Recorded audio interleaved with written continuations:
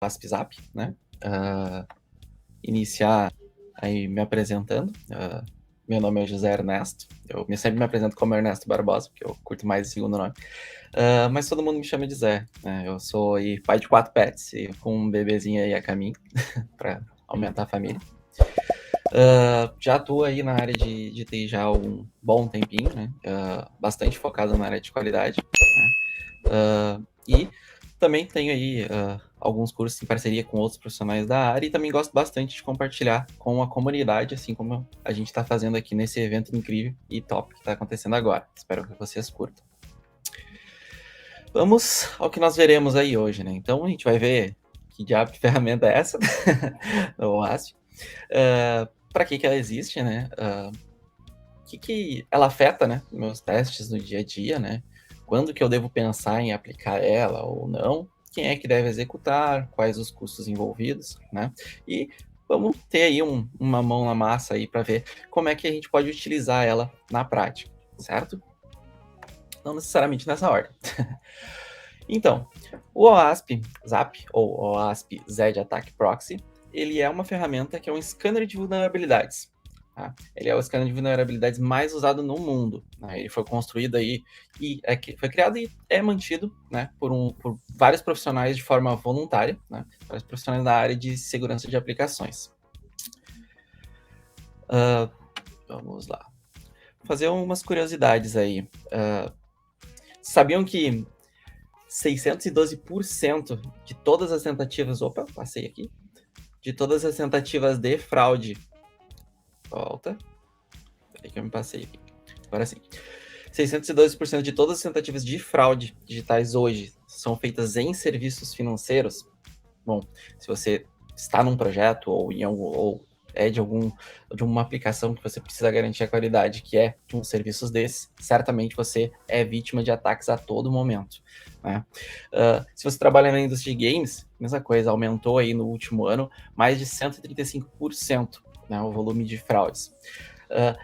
A gente tem aí geralmente a gente imagina, né, que quem é o atacante, né, que ele faz esse tipo de ataque principalmente na madrugada, quando ninguém está utilizando sistemas, né, não tem ninguém monitorando, mas muito pelo contrário do que se pensa, né, o horário com maior número de incidências, né, desse tipo de ataque, de golpes, é justamente entre o meio-dia e a meia-noite. Por quê? Porque é um período onde o volume de transações e de dados ele é enorme.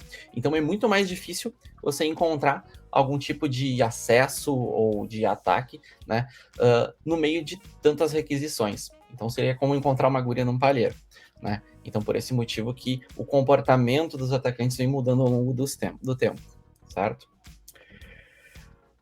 Existem vários tipos de ataque, tá? Eu trouxe alguns deles aqui para a gente exemplificar, como o cavalo de Troia, acho que vocês já devem ter ouvido falar, né? Que nada mais é do que um arquivo malicioso ou um malware que ele é executado com autorização do usuário, né? Ou seja, aquele crack que a gente já deve ter ouvido falar ou já deve ter pensado em utilizar para fazer aquela licenciamento, né, de forma gratuita.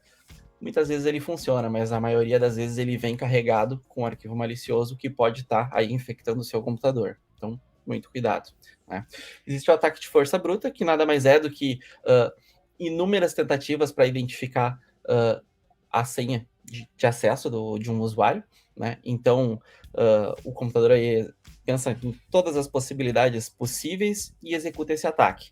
Certo? E é um ataque demorado, dependendo do tamanho aí da sua senha, da complexidade dela. Por isso que as senhas cada vez mais complexas, né, são pedidas, né, para que esse tipo de ataque seja inviável de ser executado. Impossível ele não é, mas ele se torna inviável financeiramente, muitas vezes. Né? Então esse é o principal objetivo que a gente tem quando a gente pensa em soluções de segurança, muitas vezes é tornar o ataque inviável. Né?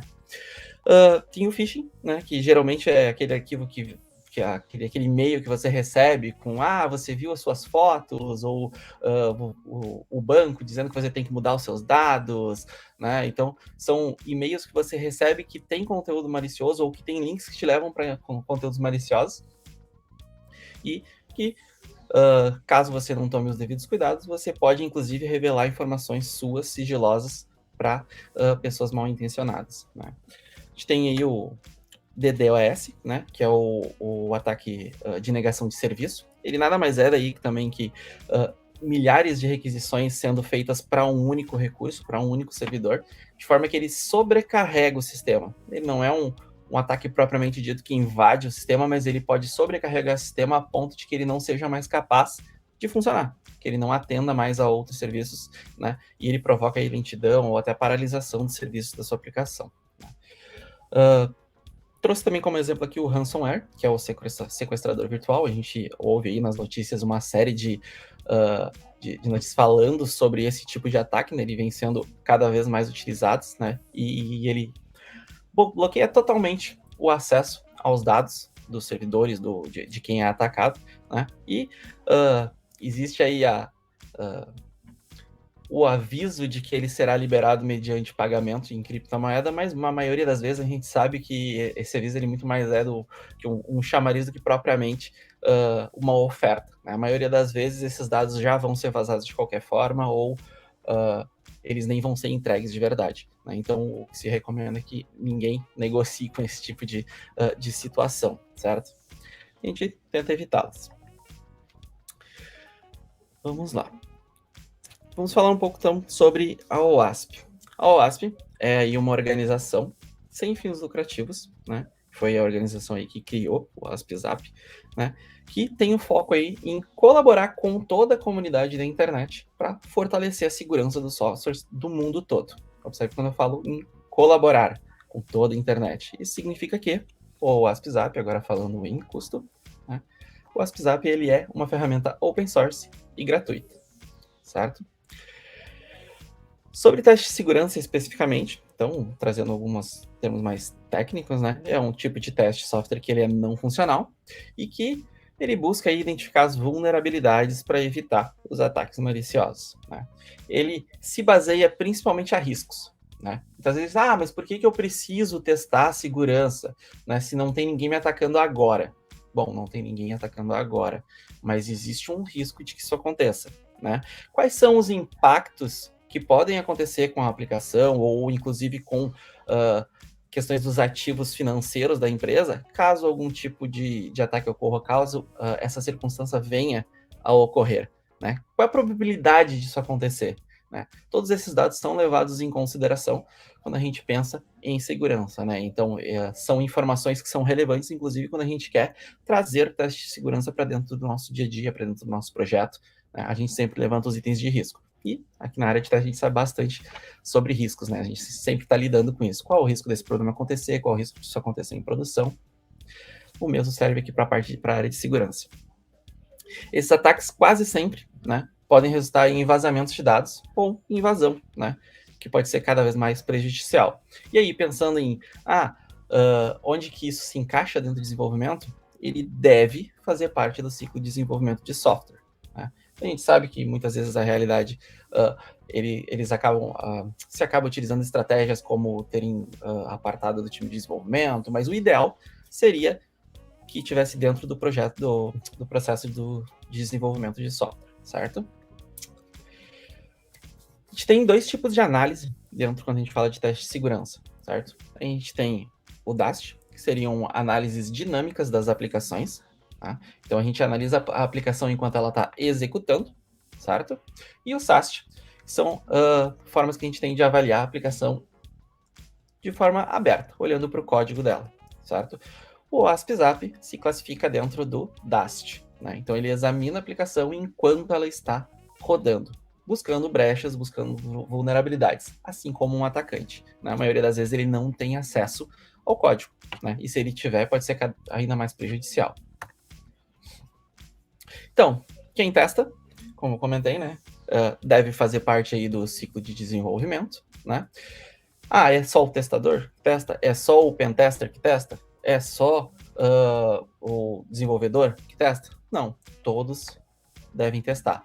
Né? Todos devem se preocupar com segurança. Claro que com características diferentes em momentos diferentes.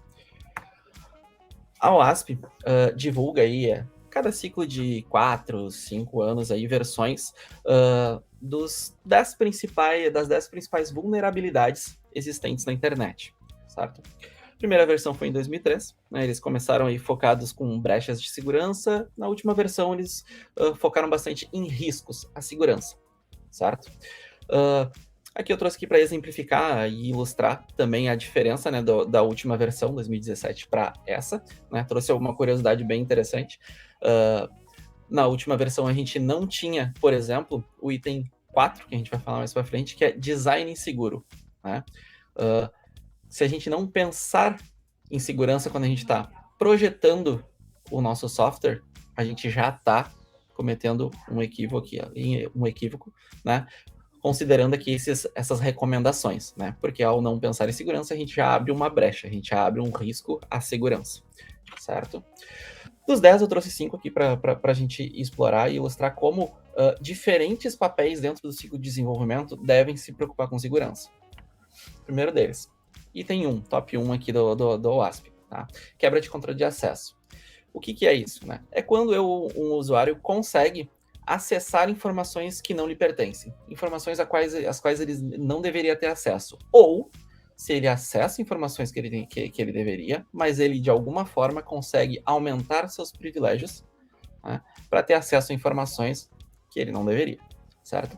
Trouxe um exemplo bem simples aqui, né? Digamos que eu tenho aqui o meu e-commerce, onde eu tenho minhas informações aqui do Zé, né? Mas se porventura eu olho aqui, pensando aqui, ó, agora como um testador, né? Eu estou olhando aqui e identifico que, de repente, se eu mudar esse nome aqui, usar a mesma autenticação que eu já estou e colocar um outro usuário, será que eu consigo obter essas informações? Não deveria, né? Se eu puder obter essas informações, eu já estou com um problema aqui relacionado ao primeiro item do top 10.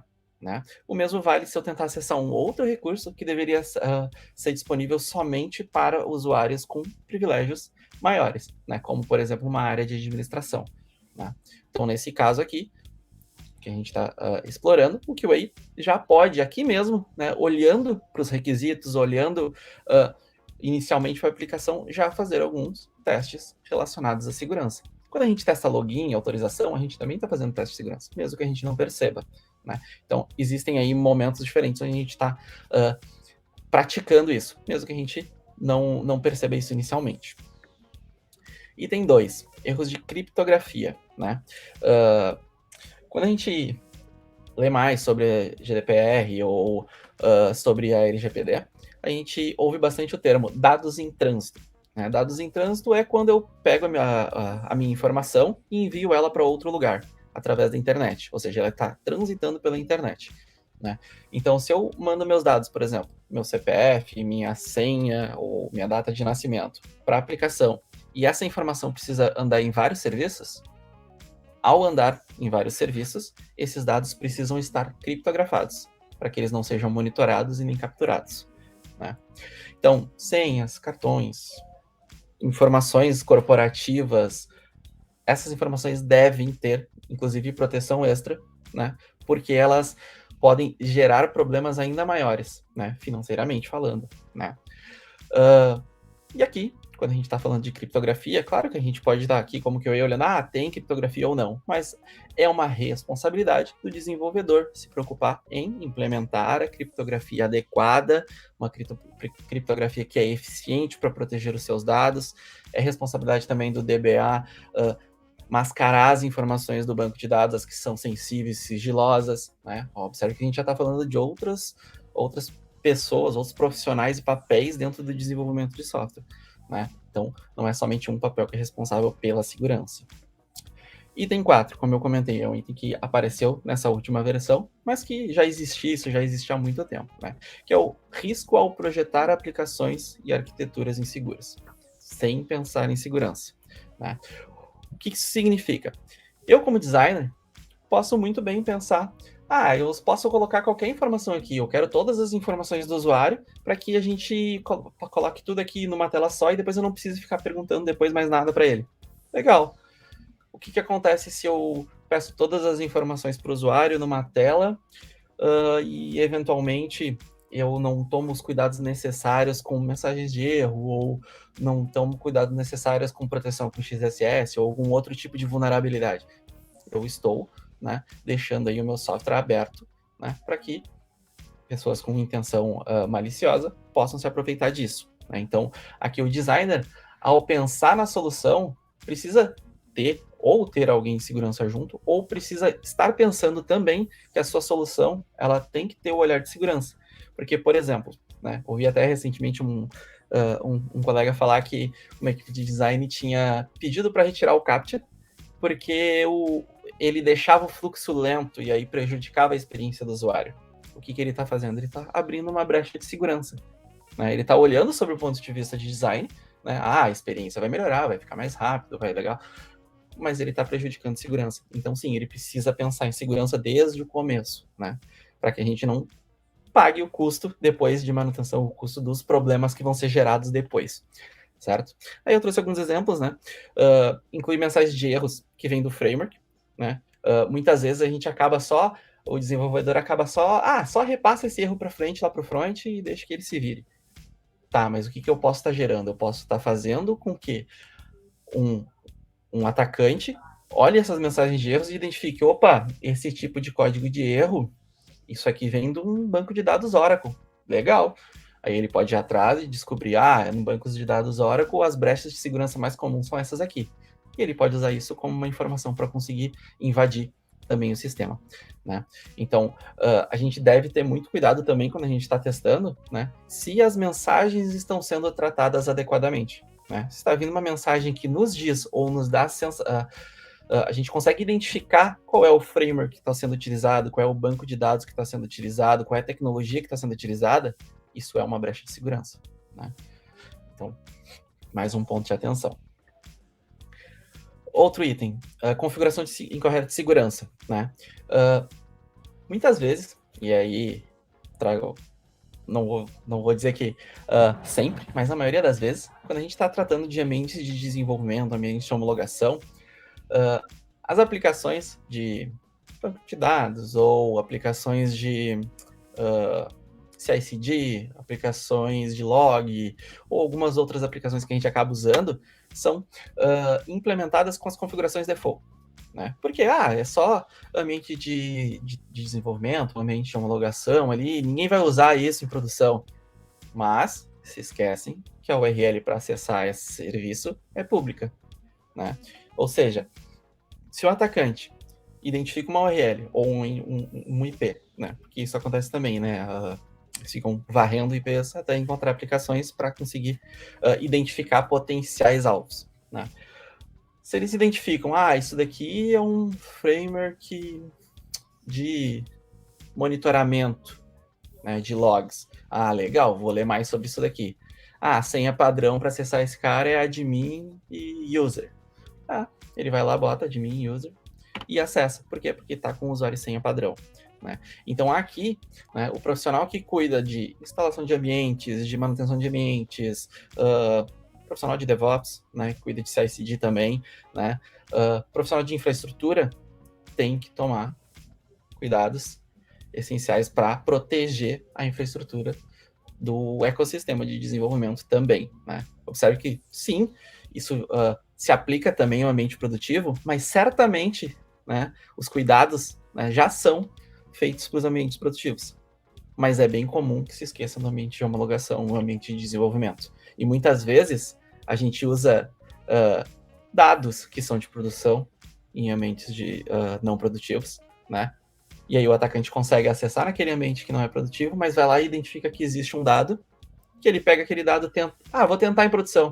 Funcionou. Abrimos uma grande brecha sem nem perceber.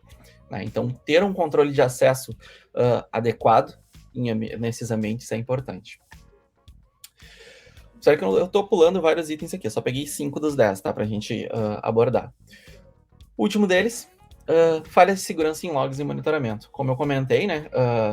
Quando a gente deixa, né, aberto a aplicação com relação a logs, a gente pode ter uma falha, mas quando a gente não loga também informações dentro de uma aplicação, não monitora o que está acontecendo, a gente também está com uma brecha de segurança. Por quê?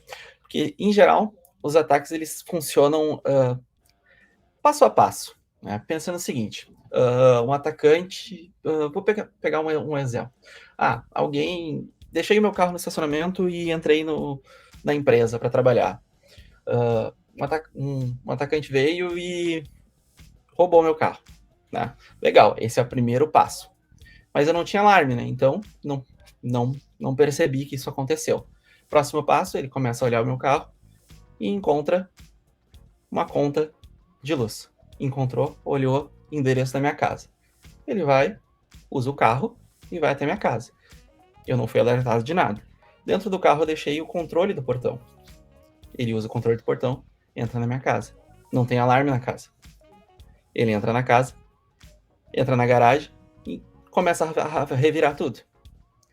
Próximo passo, encontrou a chave de casa, que estava guardada em um lugar. Entra dentro de casa e assim sucessivamente. Observem que se eu não tenho o monitoramento para identificar que algo de errado está acontecendo, o atacante vai avançando.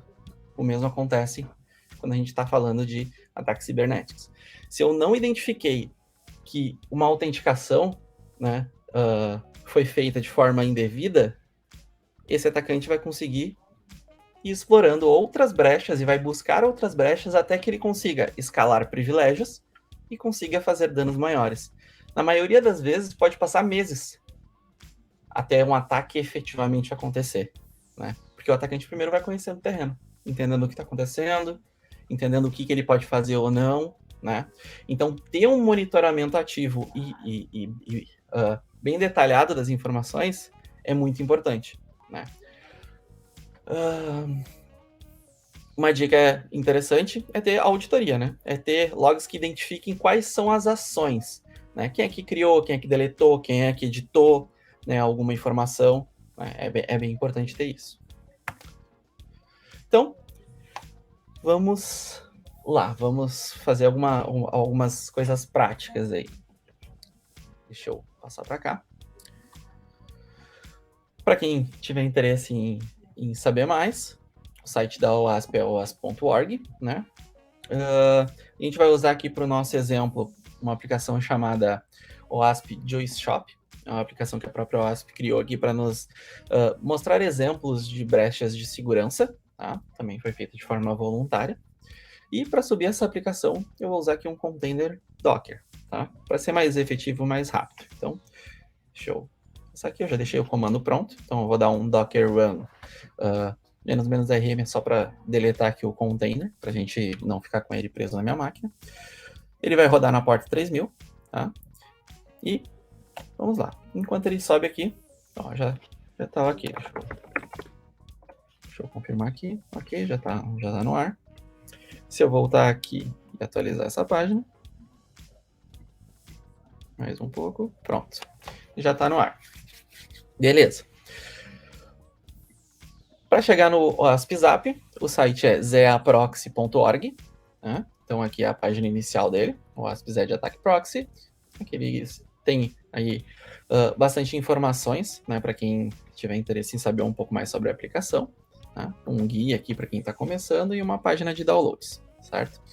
Então eu já baixei ele aqui na minha máquina, eu vou vir aqui no download now só para mostrar. Ele tem versões para Windows, Linux, macOS, né, com qual sistema operacional que você use, né? E eu tenho ele aqui no meu Mac. Já abri ele aqui pra gente. Quando abre, ele vai perguntar para você se você deseja salvar a sessão ou alguma coisa nesse sentido. Você pode optar por salvar ou não. Eu optei por não salvar aqui para a gente poder exercitar. Já deixei uma execução feita aqui para a gente já ter algumas informações, porque ele demora um tempinho, tá? Então, o que eu vou fazer? Vou mostrar qual é o caminho mais simples para a gente executar, tá?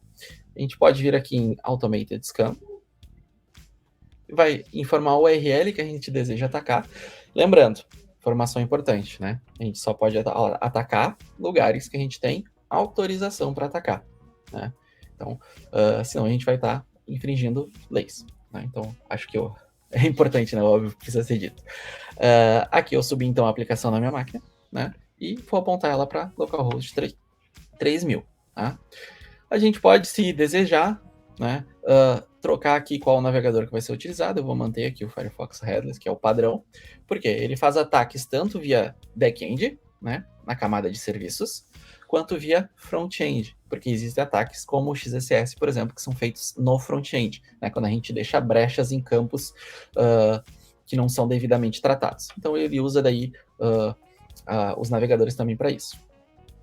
E a gente pode dar um ataque, tá? Antes de fazer esse ataque, que ele vai só repetir aqui o que eu já deixei pronto, vou mostrar para vocês o resultado, o que ele gera para a gente, tá? Então aqui ele mostra toda a lista das requisições que ele fez, tá? E aqui em alertas, vou subir aqui, ele mostra para a gente quais são os problemas que foram encontrados, em quais serviços, né, ou qual recurso que ele chamou para identificar isso. E o mais interessante, mais legal ainda, é que ele te dá uma descrição geral do que está acontecendo, né, e qual é, né, o item do ASP Top 10 que está sendo infringido, né, e por quê. E algumas vezes ele vai te dizer, inclusive, soluções aqui, né, que são sugestões. Cabe a quem está fazendo essa análise identificar se realmente isso é uma vulnerabilidade ou se é apenas algo que foi alertado, a gente precisa tomar cuidado, mas que está correto, né? Então, do ponto de vista da aplicação, né? Então, por exemplo, esse aqui infringiu o item 1, né, que é o Broken Access Control.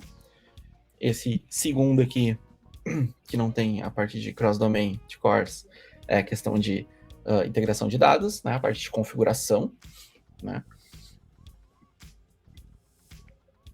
Tem outro aqui infringindo o item 1 de novo. E o último também, mesma coisa, né. E a gente teria que analisar item a item para conseguir identificar, certo? Como que eu gero, vamos lá, pensando aí no dia a dia, né, como que isso eu posso gerar insumos para o meu time, né? A gente pode gerar um relatório desse ataque. Então a gente pode vir aqui, relatório, generate report, tem alguns templates, vou deixar esse tradicional aqui mesmo, né? Ó, ele já coloca aqui as informações do nosso ataque e generate report. Ele gera para a gente, então, um relatório com as informações, todas as informações que ele identificou nesse ataque. Então, qual é o risco do item identificado, né? E um detalhamento de quais os URLs que ele encontrou esses problemas. E a mesma coisa que a gente vê lá na ferramenta. Beleza? Ó, cross-domain JavaScript source, né? São informações aí bem úteis que a gente pode gerar. Quando que a gente roda isso? Idealmente, e pensando num ideal, a gente deveria fazer isso sempre que a gente faz uma alteração no software, né? Financeiramente pode não ser viável, por questões até de uso de recursos, né? Mas o ideal seria dessa forma. O que geralmente a gente faz? A cada ciclo de desenvolvimento antes de uma entrega, ou dentro de um pipeline em uma determinada branch, a gente executa ele para garantir que só vai avançar se atender aos requisitos aí de segurança que a gente determinar. Beleza? Vamos voltar aqui para a ferramenta. Vou voltar aqui para o nosso início rápido. Vou deixar o ataque rodando. Podem ver que ele já iniciou a varredura, assim como o outro. Ele vai gerar um relatório praticamente igual ao que a gente já viu. Tá? Beleza. O que mais que a gente pode fazer? Legal. A gente pode fazer esse teste manualmente, né, aqui pela ferramenta, ou a gente pode criar algum processo que faça isso automatizado, para que a gente não tenha necessidade de ficar explorando manualmente as vulnerabilidades, certo? Então, como que a gente pode fazer isso? Eu trouxe aqui como exemplo um projeto, né? Digamos, aqui está a nossa loja, por exemplo, né? A Juice Shop, né? Pode ser o seu projeto, pode ser a sua aplicação. E aqui eu estou usando o GitHub Actions, tá? Para a gente gerar ali um pipeline. Poderia ser com Jenkins, poderia ser com Azure, cada um deles com suas particularidades. A gente poderia, no Jenkins dele existem plugins para o OWASP Zap, no Azure DevOps lá, a gente poderia criar um passo específico para isso, para subir a aplicação e para a gente executar dessa forma, e qualquer outro framework de CI/CD, certo? Então, aqui a gente está usando a anotação do GitHub Actions para fazer isso. Então, a gente vai monitorar a branch main, né? Para quem ainda não conhece muito sobre Git, a gente tem logo em seguida uma palestra muito massa sobre Git também, né? Aqui na sala 2, então fiquem ligados também, né? Então a gente vai monitorar a branch main, né? A gente tem a possibilidade, e aí usando o Workflow Dispatch, para quem não conhece o GitHub Actions, a gente pode executar inclusive manualmente, né? Então a gente tem as duas opções. Sempre que alguém comitar na branch main, ou se eu quiser ir lá e manualmente disparar, eu posso fazer isso, tá? A gente vai rodar numa máquina Linux, num Ubuntu, vai subir a nossa aplicação, né? Nesse caso eu estou subindo ela dinamicamente aqui, a partir do Docker, como a gente fez aqui, local, né? Mas no seu projeto, na sua aplicação, né, você vai subir a sua aplicação de fato, né? Vai subir em alguma porta, enfim, para você poder fazer a sua análise, tá? Então, coloquei aqui só para a gente ter um exemplo de, esse seria o passo, né, que isso executa, né, um passo aqui para rodar a sua aplicação, que eu botei só um print aqui iniciando a aplicação, e depois você teria a sua ação, né, que seria o Zapscan. Aqui, para isso, nós estamos usando uma action. Deixa eu abrir de novo. Volto para cá. Estamos usando uma action, OASP Zap Full Scan. Então, dentro do GitHub, a gente tem várias ações disponibilizadas de forma gratuita também pela OASP para a gente utilizar. A gente está usando esta, né? Que vai fazer exatamente o que a gente fez aqui na nossa aplicação, né? Ele vai vir aqui e vai disparar um ataque de forma automatizada. Tá? Vou voltar aqui para a aplicação. Eu só digo qual é o alvo, ó, localhost, e aqui eu tenho uma opção, dentre outras, tem várias outras ali, quem quiser acessar ali, pesquisar ali sobre a action, também pode ver que tem outras opções, mas a gente está usando a opção do fail action true, né? Para que serve isso? A gente quer continuar os nossos testes mesmo se houver uma falha, ou seja, se eu encontrar uma vulnerabilidade, eu quero continuar executando a minha action, tá? Por fim, depois que ele gera, né, toda essa análise, eu vou criar o nosso relatório. Então eu pego o arquivo que é gerado, o report HTML, eu já estou trazendo aqui para vocês, para a gente não perder muito tempo gerando essas informações aqui, né? Mas assim que ele roda essa aplicação, ele inicia, ele cria um relatório, né? Ele cria um relatório .md, um HTML e um XML, se eu não me engano. Tá? A gente pegou o HTML e colocou ele em uma outra pasta public. E por fim, né, a gente vai pegar esse relatório e vai publicar ele em algum lugar, né? Então, no GitHub, antes de eu rodar ele, aqui. No GitHub, além das actions, que é o que a gente vai utilizar aqui, deixa eu abrir aqui o repositório, depois vocês vão ter acesso a esse repositório para analisar também, tá? Dentro desse repositório, eu vim aqui em Settings, em Pages, e eu habilitei aqui o GitHub Pages. Tá? O que é esse cara, para quem não conhece? Ele é uma forma que o GitHub tem de publicar sites estáticos, claro, mas ele tem essa forma aí de publicar sites com informações em HTML que a gente queira publicar, né? Na versão Enterprise, o GitHub permite que isso seja feito de forma privada, né?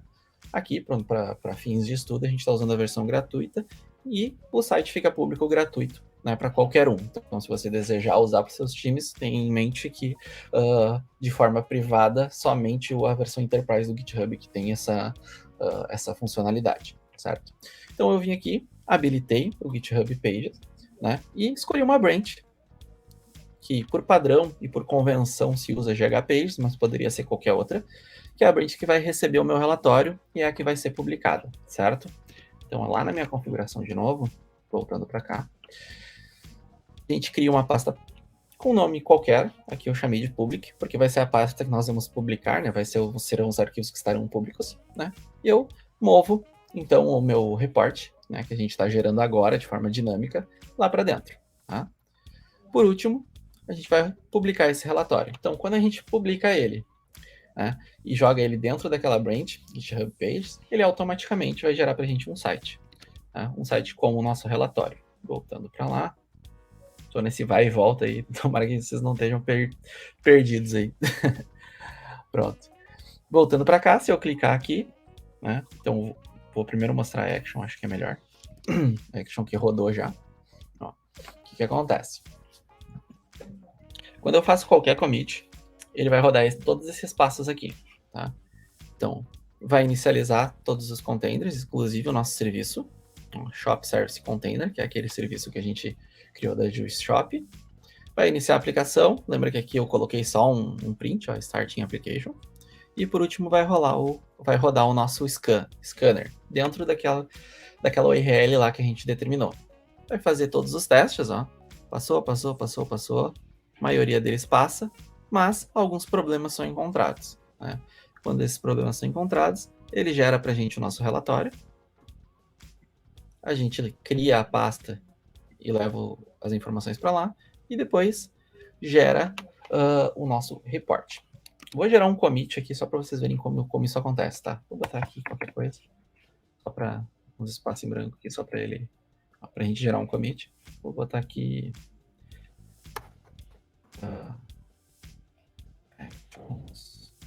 OWASP. Adicionar, gerar o nosso commit aqui. Vou dar um sync.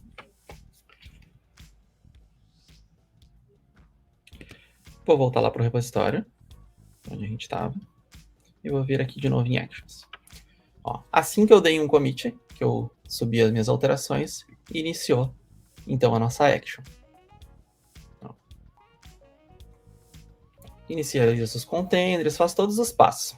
Esse processo todo aqui, nesse caso, nesse cenário que a gente rodou aqui, ele leva aí em torno de 13 minutos. Então, como a gente não tem esse tempo, eu já deixei o teste executado, né, para a gente poder ver o que ele gera para a gente. Tá? Voltamos aqui nos pages e acesso ao URL.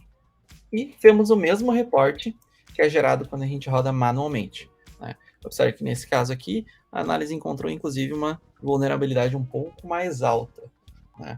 Uma outra vulnerabilidade aqui que a gente pode vir aqui e identificar, ó.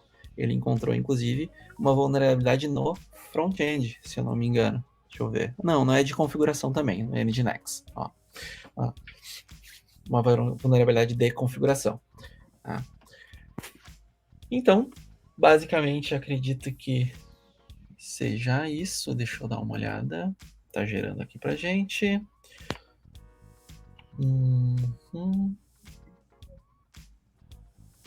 Beleza, deixa eu voltar para cá. Espero não ter corrido demais, né? Acho que eu acelerei um pouco as informações, tinha bastante informação para a gente passar, né? Acabei até não levando toda 1h30 que a gente tinha estipulado, né? Eu fico aberto aí para dúvidas também. Deixa eu interromper aqui o compartilhamento. Vou deixar um pouquinho aqui, uns segundinhos, caso vocês queiram copiar ou acessar o QR Code, né, para ver isso, mais informações sobre o repositório. Quem quiser conectar também para trocar ideias também, seja